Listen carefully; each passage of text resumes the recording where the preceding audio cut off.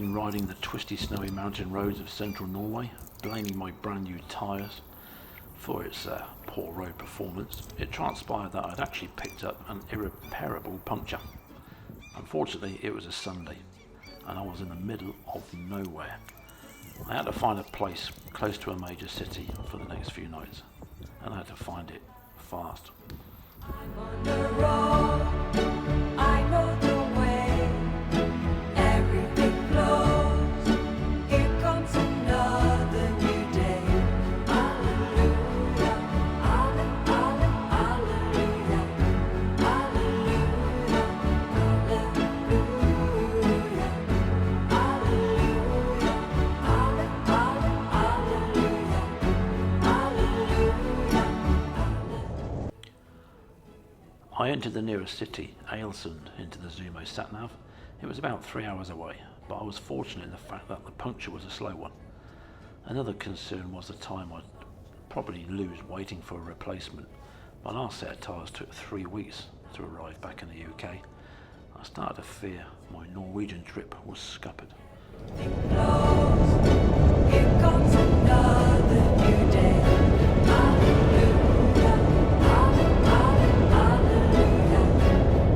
Well, I found a nice little cabin overlooking a fjord for a few days, and whilst my socks and pants were drying, I took to Facebook asking for assistance. Within an hour, the recommendations of a local garage were flowing back. These guys were fabulous, and by 10 AM on the Monday, I was back in the saddle. Result: unfortunately, the only tyre available was an 80/20 road bias tyre, so my off-road days were severely compromised. But at least I was back on the road.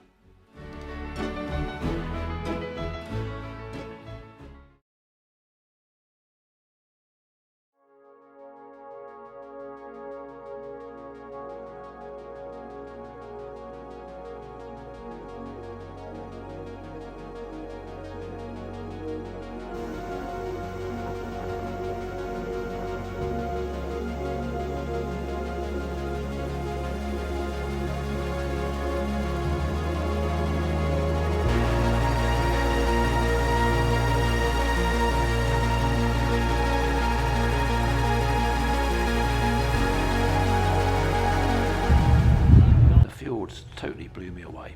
I've seen pictures and movies of them, but seeing them with my own eyes and being down on the waterline in the morning sunshine, such as here in Gear Ranger, was a moment I will never forget. The sheer scale was undescribable.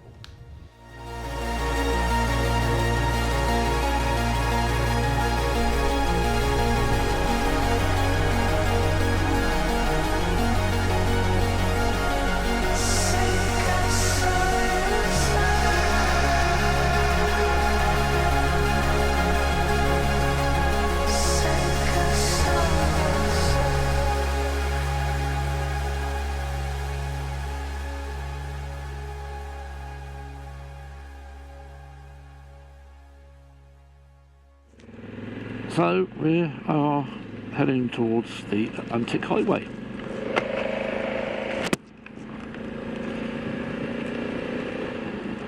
Should be some nice crossings across the sea.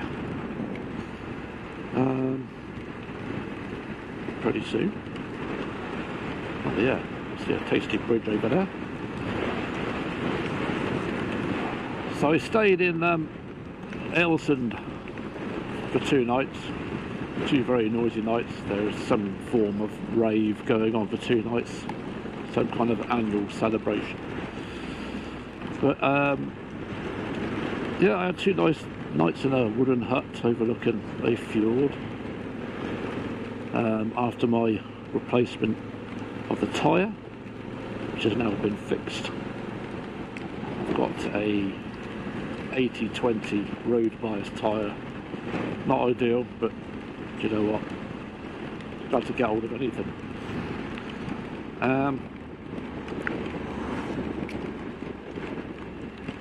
Yep, so we're heading across the Atlantic Highway, and there's the first of, I think, a string of bridges.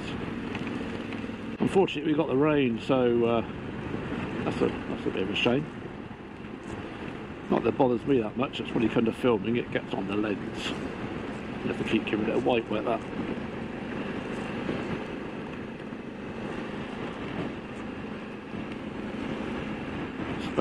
at that. Very famous sort of route for tourists. Very popular. I can see why. Beautiful.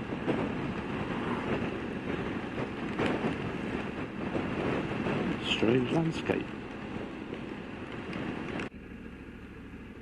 I've got to hand it these Norwegians, they know how to build roads, bridges and tunnels. They really do.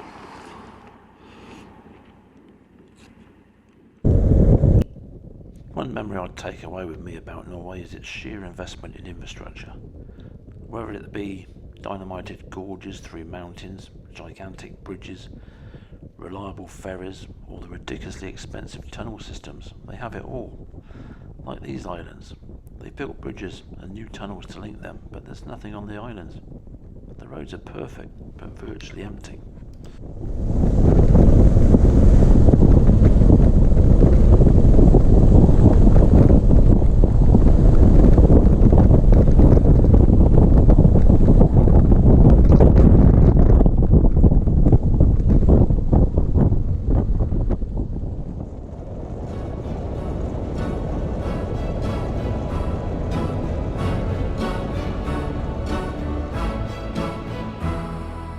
Wait for the sun, watching the sky, black as a crow.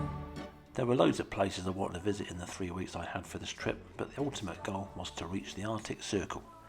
The distance between the fjords in the south and the Arctic Circle was around about 350 miles and a few days riding, but it took in some of the best riding I'd ever encountered. Vast, endless, empty, sweeping roads. The temperature was also dropping fast the higher and further north I travelled, but eventually I arrived. Turn into light. I'm on the road. I know the way. Everything flows. Here comes another new day. Hallelujah. Hallelujah. Hallelujah. Hallelujah.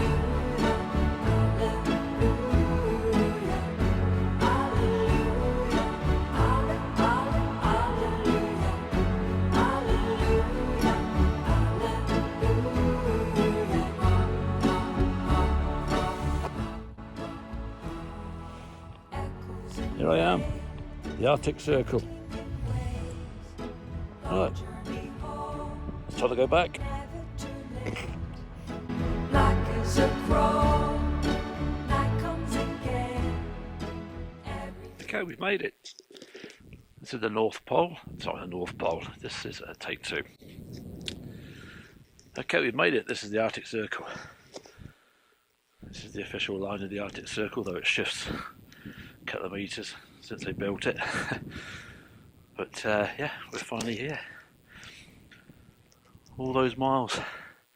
Over a week and a half on the road, or nearly a week and a half on the road, and we finally made it. So what to do now I'm here? I thought I'd go a bit further north. It's the best thing. It's about 4 degrees, and that's not including the wind chill factor. Freaking freezing. But very barren landscape, nothing's growing out here, bit of tumbleweed, and that's the Arctic Circle Centre behind me. But yeah, there's not much in there actually. I didn't even have a bloody cup of coffee. But yeah, we're here. One of those big tick box exercise of life. Made it.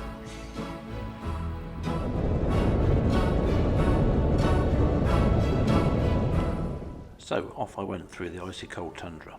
While I had the sticker, I was happy. But I wanted to press on further north. I wanted to travel all the way to the North Cape, but it was still hundreds of miles farther north, and it was already very cold and the weather was deteriorating. I was also running out of time, so I decided to make the Lofoton Islands my next and most northerly destination. I noticed also the roads were getting busier by the day, and that pure magic of empty roads and the wilderness I so much craved was slowly disappearing. But I was content with how far I'd got. I just hoped the weather was going to hold out for just a bit longer. I know the way everything flows. Here comes another new day. Hallelujah, hallelujah, hallelujah. Well, sadly, the time I got to Lofoten, the weather was bad, really bad. In all my years, I had never known winds so strong, accompanied with a constant drizzle. It made riding the bike extremely hazardous, but I had to keep pushing on, exploring this amazing part of Norway, which even in the low cloud still looked like a place out of a movie set. Long journey home, never too late. Black as a crow, night comes again. Everything flows. Here comes another new day.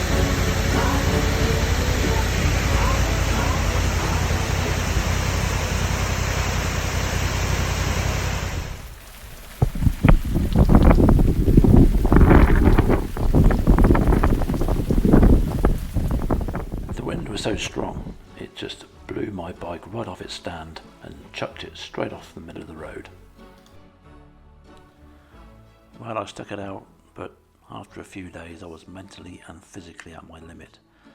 I had had it with this constant battering of wind and rain, and with just over a week left, I had to get back down south as quickly as possible. I checked into a small cabin and booked the ferry and began to plan my long journey homeward. New day.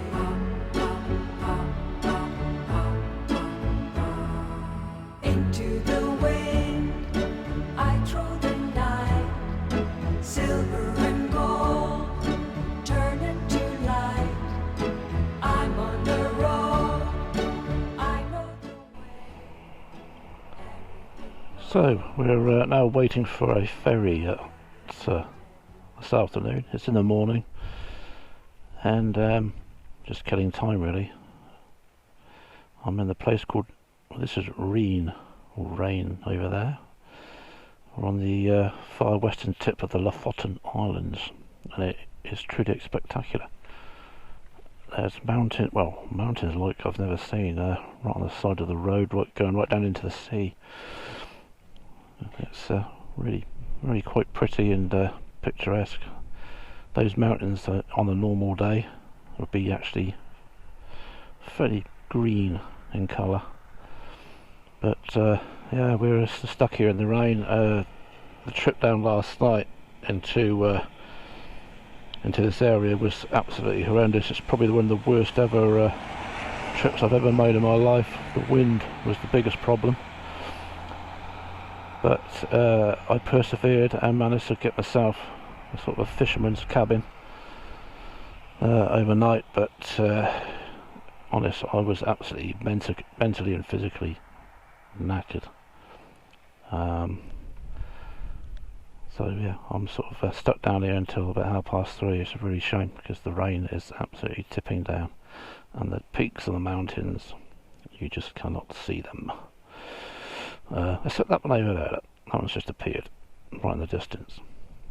But yeah, truly spectacular place, and I'm going to now try and go and find myself some breakfast and sort of chill out a bit.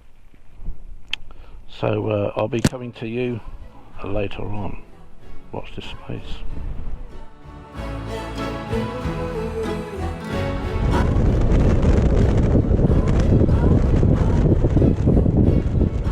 Got to say, it was the most horrendous experience I've ever known. But that was hideous. I just wasn't expecting that at all. It turned out to be the most challenging part of the trip so far.